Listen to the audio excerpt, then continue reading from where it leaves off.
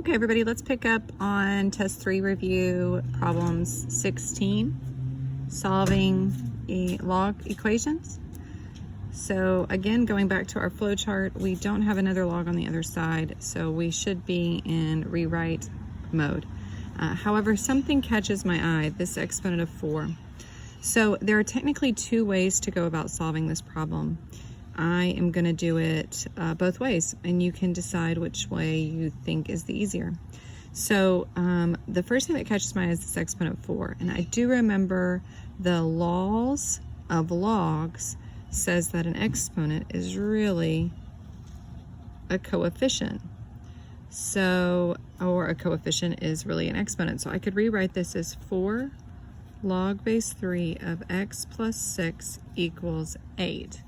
And then I could divide both sides by 4.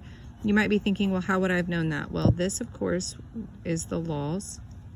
This one, of course, has now become multiplication, and so I want to undo multiplication. Your whole goal is to get x by itself, so you have to start working towards that. So we have log base 3, because the 4's cancel out, of x plus 6 equals 2.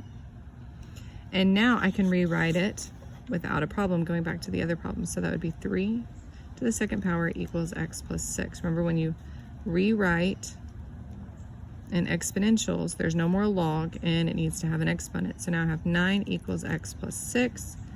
Subtract 6 from both sides, and I end up with 3 equals x. So that is option 1.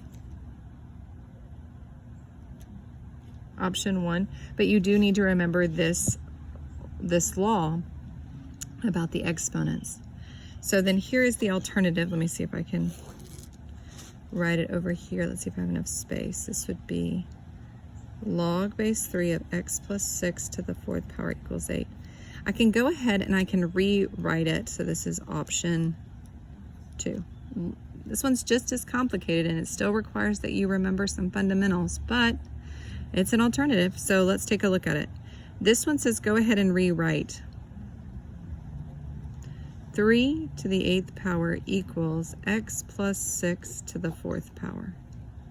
And so then we do need to figure out, okay, well, what is 3 to the 8th power? It's fairly large, but it's 6, 5, 6, 1 equals x plus 6 to the 4th power.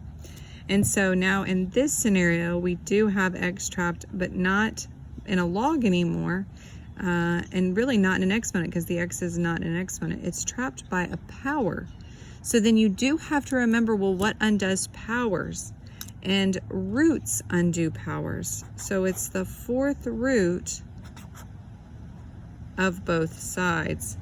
The 4th root and the 4th power do cancel each other out. And so that would give you x plus 6 over here, but it gives you the 4th root of 6,561. So a little bit more complicated, but we can figure this out, especially if you have the newer calculators. And so then you would have to subtract 6 from both sides. So we get the 4th root of 6,561 minus 6 equals x. And so, you know, if you have one of the newer calculators, you can clearly go to math. You can go to number 5, which allows you to put any root you want. And so it's the 4th root of 6,561. And then you can hit enter, minus 6. And so sure enough, you get 3. So then you get 3 equals x. Now, if you have a little bit older calculator, which I know there's like 4 in our class, and that's okay, this button might not be in your calculator. So of course, this alternative way goes much smoother. So I would say, you know, do option 1. But if you are curious on how do you put this in your calculator, it'd be 6,561 raised to the 1/4 power minus 6 equals x. Remember, roots are the same as fractional exponent. Oh, so much to remember. Again, 2 options. I'm thinking most typical students would probably choose option 1 now that you've seen it, but this one is available. So let's take a quick look at 17. I think I can do 16 and 17 in this video. So 17, at first glance, you're thinking, okay, there's no log over here. And I'm hoping that it's catching your eye that we have multiple logs over here. So if you recall from that flow chart, it says if you have a logarithmic function, make sure to condense if you have multiple logs on one side of the equation, and we clearly do. So we're going to be using our laws of logs that tell us that the plus, this plus right here, is really equivalent to multiplication. So I need to rewrite this and condense it down to one log. So what does that look like? Well, log 4 is going to get multiplied to x plus 2 is equal to 2. You're welcome to distribute if you want here, but I'd rather just wait. It's not that big of a deal to me. Something does catch my eye. I don't see a clear base, and so I see one right here, and that's an implied base 10. So if I have the freedom because I condensed it down to one log. I have the ability to go ahead and rewrite it in exponential. So what does that look like? 10 squared is equal to 4 being distributed to x plus 2. And now I just have a linear equation to solve. So I have 100 equals to 4x plus 8. I'm going to subtract 8 from both sides. I get 92 is equal to 4x.